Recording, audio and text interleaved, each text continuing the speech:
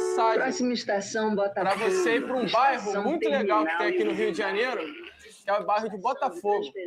Bairro bem legal. E ponto, né? Porque Botafogo é um grande bairro mesmo.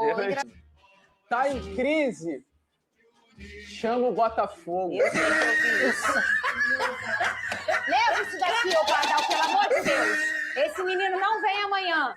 Esse garoto, não... Ô, Venê. E se você rir, também não vem. Faça seus pedidos. A estrela está caindo. Bola rolando. Ah, mas sabe o que me impressiona? Tu tá o campeonato inteiro na zona do rebaixamento. Pois é. Alguém fez isso tudo com você? Não. Uma mala, um presente, um não sei o quê. Foi isso. Não sei o quê. Ela passou em primeiro no grupo. Quem ela vai pegar? O Flamengo. Tá rindo, Venê? Tá rindo por quê? O ano não tem 2 meses completos. E olha, eu tô descabelada, né? E olha só o que eu já sofri nesse programa. Você não estava aqui, tu estava de férias. Tava de férias. Um dumpzinho de janeiro pra mim. Não, foi surreal. Não, mas isso eu vi, esse dump. Eu gostei muito, inclusive. Ele fez parte do dump. Aí, pra completar o coisa, eu recebi uma imagem, o gol do Vasco, o Cuiabano lá no coisa. Comemorando, Fernando, eu vi. E falaram que ele tava triste. Falaram que ele tava triste. Eu falei também. Ele tava feliz. Será? Com um sorriso no rosto. Olha aí, ó, o Vasco venceu. Dia, Fernanda Maia. Pro Venê. É um jogo muito difícil de fazer uma análise, né? Inclusive, eu não lembro de ver no Campeonato Carioca, nesse início de ano, né, jogos paralisados por conta de chuva, como vem sendo em 2026, né? Algo assim, surpreendente. Com relação à partida em si, volto a repetir, é muito difícil a gente falar sobre algo do que aconteceu durante os 90 minutos, porque não teve jogo. A partida já inicia muito mal o campo, e a chuva ela vai aumentando ainda durante tanto o primeiro quanto o segundo tempo. Um Vasco que, diante da vontade, da necessidade de vitória, conseguiu se impor mais e, através exatamente dessa imposição, conseguiu a vitória. Eu não vou falar que o Vasco foi melhor taticamente, eu não vou falar que o Vasco foi melhor tecnicamente, porque a gente não consegue fazer essa análise ontem. O Vasco teve mais vontade, e a vontade foi necessária para que o Vasco conseguisse sair de São Januário ontem com essa vitória muito importante, tá? A vitória do Vasco da Gama ontem contra o Botafogo de São Januário, ela foi muito importante. Inclusive, há até um grande questionamento, né? Se foi bom o fato do Fernando Diniz ter entrado com o time titular e ter permanecido até com grande parte dos titulares até o final da partida, exatamente por conta até desse risco de lesão. Eu, o Lucas, estava ficando preocupado quando eu vi ali até a metade do segundo tempo, e o Coutinho ainda estava em campo, e o Andrés Gomes ainda estava em campo, com o gramado no estado que estava, a qualquer momento alguém poderia ter tido uma lesão, só que, volto a repetir, foi necessário. O Vasco, ele precisava emocionalmente dessa vitória contra o Botafogo ontem, visando até a partida que vai ter contra o Bahia na quarta-feira dentro desse mesmo São Januário. Eu não sei qual seria o cenário se o Vasco ontem enfrenta o Botafogo e não conseguisse a vitória, como seria contra o Bahia. Será que não foi bom pro Diniz também? Exatamente, foi bom Uma questão pessoal, num contexto geral, Fernandinha. Foi bom pro Vasco, foi bom pro Diniz, porque o Diniz vinha sendo pressionado por uma vitória. O Vasco, é importante lembrar, ele não tinha ganhado de nenhuma equipe que disputa a Série A do Campeonato Brasileiro. O Vasco enfrentou o Flamengo, perdeu. O Vasco enfrentou a Chapecoense e empatou. O Vasco enfrentou o Mirassol, perdeu. Ou seja, a análise do torcedor quando o Vasco vinha enfrentando equipes da primeira divisão era uma análise muito negativa. Então essa vitória ontem fez com que o Vasco, pela primeira vez no ano, ganhasse uma equipe de Série A do Campeonato Brasileiro, ganhasse o Clássico e o Diniz tirasse essa pressão que definitivamente estava sobre ele. Vitória, sim, importante demais, mesmo se a gente conseguir fazer como eu trouxe aqui a vocês, né? Uma análise técnica diante aí da situação do Gramado Madureira em São Januário. Foi vaiado. Chapecoense, perdão, ficou do Chapecoense. Exatamente. Ele foi vaiado e agora ele consegue fazer um gol que, querendo ou não, dá um pouco mais de confiança ao jogador. Desculpa, Fernandinho, acabei te cortando. Eu lembrei do Brenner agora.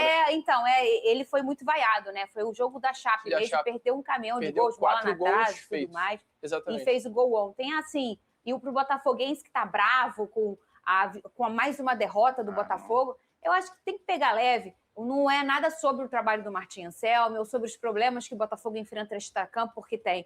A boa notícia vocês sabem, eu sou a maior defensora aqui do campeonato regional. O Venê trabalha comigo há muitos anos e sabe disso. Eu sou filha de um campeonato regional, eu nasci numa Taça Rio. Eu sei da importância que é para os times de menor investimento no Rio de Janeiro. Essa competição é uma vitrine grande, é um campeonato mais charmoso do Brasil, e etc, etc, etc. Mas o que eu fico chateada O Botafogo tem um planejamento como todo o Flamengo tem, como todo mundo tem. Ele escolhe ali botar uma salada ali com alguns titulares para encontrar o Vasco, já projetando outros confrontos. Ele já estava classificado, aí pede para colocar mais titulares, tudo bem, o Botafogo foi lá e colocou. O Martim fez uma fala em relação a isso, viu que ele não concordou, mas ele teve que fazer. Só que aí, e eu quero ver a súmula, depois eu queria até ver com a produção se eles já colocaram essa súmula. Eu quero muito entender por que o jogador Alan foi expulso. O árbitro de longe veio já com um cartãozão vermelho para ele. Eu estou falando do Alan, que é um volante titular do Botafogo, e o próximo jogo do Botafogo é contra o Flamengo. Não é um clássico que tem que ser bonito? Não querem um clássico televisivo? Não querem uma coisa bonita? E aí o cara que não era nem para estar ali no banco, aí teve que colocar o cara ser expulso. Eu queria entender quem que o Alan xingou, se foi a mãe de alguém, que pode ser também, né? Mas eu queria muito entender, porque acaba prejudicando o Botafogo, que não era nem para aquele cara estar ali, o Botafogo já estava classificado e acabou perdendo uma peça fundamental para um jogo do tamanho do jogo contra o Flamengo, um jogo que é um jogo único, que vai valer muita coisa, que é uma classificação. Então, eu só queria depois dar uma olhada na súmula e entender que eu fiquei muito brava na hora. O árbitro veio lá de longe, puxou o vermelho e val! Veio todo o banco do Botafogo tentar entender. Gente, o que está acontecendo aqui? O próprio Alan, que é um cara bem nervosinho, meu Deus, o que está acontecendo? O cara deu um vermelho e fé.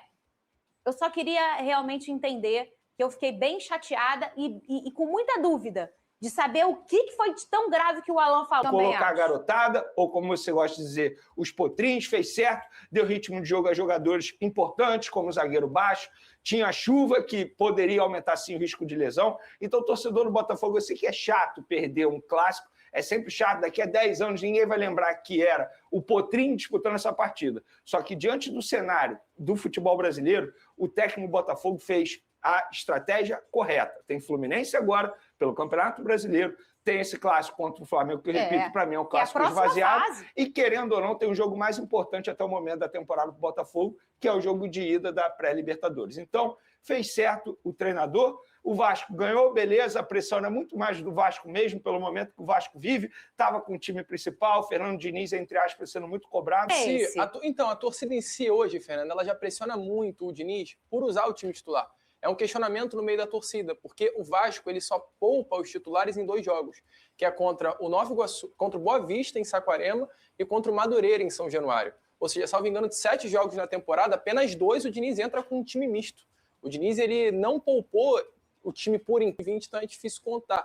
Então ontem o Diniz ele deu o chamado all-in, né? Foi o all-in do Diniz. Ele precisava da vitória, porque era importante para ele vencer, para ele ter essa, não sobrevida, porque é uma grande confiança nele, mas para ter esse alívio para continuar no comando técnico sem essa pressão, e uma derrota poderia, de fato, acabar com tudo. Eu, Lucas, não consigo imaginar o que iria acontecer ontem em São Januário, com o Vasco perdendo a partida para o time reserva do Botafogo. Nem sequer reserva. Inclusive, só para complementar, eu acho que ontem o fato da FERJ ter feito com que o Botafogo mudasse a lista de relacionados foi até pior, porque antes do jogo, o Martim Anselmi, técnico do Botafogo, ele chega a comentar sobre a questão envolvendo o planejamento. Ele fala, não foi o que eu planejei colocar os titulares no jogo. Ou seja, a impressão que me passa, tá, Fernanda, é que o Martim Anselmi treinou o time durante a semana sem a presença do Barbosa, sem provavelmente a presença do Barros.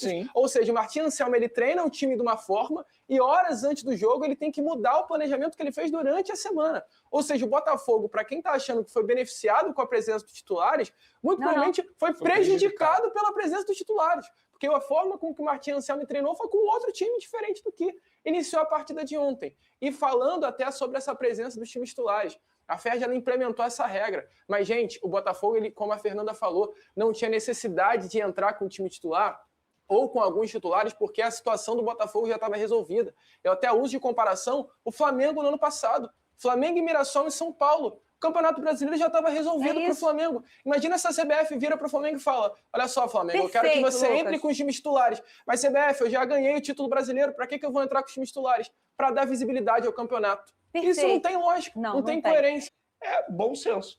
Poderia muito bem, Botafogo, a gente entende que na regra há isso aqui, mas olha só, o campeonato para você já está definido, a gente já sabe que o Botafogo vai enfrentar o Flamengo nas quartas de final, não vai mudar muita coisa para vocês. pode seguir com esse planejamento de vocês. O que mudou para a Ferdi? Na boa, assim, a partida teve mais visibilidade por conta da presença dos titulares. Com todo respeito à Ferdi, não. A gente vai valorizar mais ainda o campeonato por conta disso? Eu não vou. Para mim, continuo com a mesma opinião. O campeonato estadual tem que ser a última prioridade para esse. Fora também o desejo, né, Fernanda? Pelo menos eu, como torcedor do Vasco, diante desse primeiro momento do Diniz, em querer usar os time titular, os titulares a todo momento, eu sinto falta, por exemplo, de ver um JP, de ver um Estrela, de ver um garoto da base, um André Fernandes, um Diego Minetti. E talvez o torcedor botafoguense ele tivesse o mesmo desejo ontem.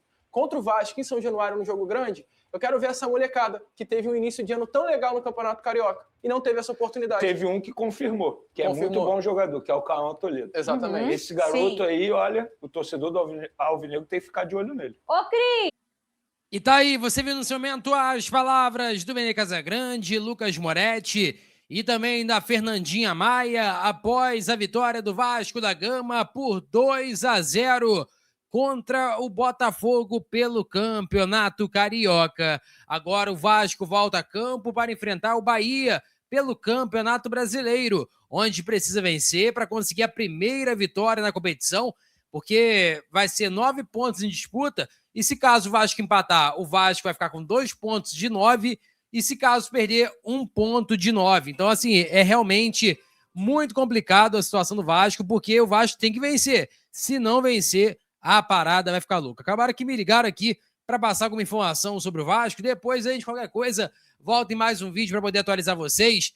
Mas o Bahia jogou no Baiano, né? Porém, atuou com a equipe mista ali, uma equipe reserva, goleiro João Paulo e tudo mais. Então, assim, o Bahia poupou jogadores. Vai descansado para o Rio de Janeiro, visando vencer o Vasco.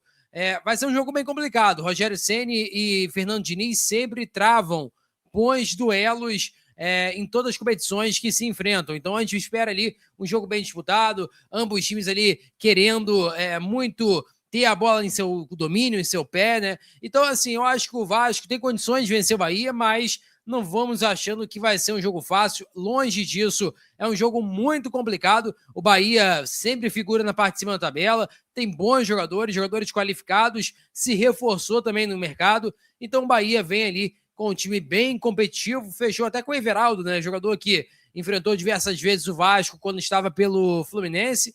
Everaldo, particularmente, acho que não é um bom reforço, não, né? Fez um gol lá de pênalti e tudo mais, mas o Vasco tem condições reais de vencer o Bahia e sair com a primeira vitória em São Januário no Campeonato Brasileiro em 2026.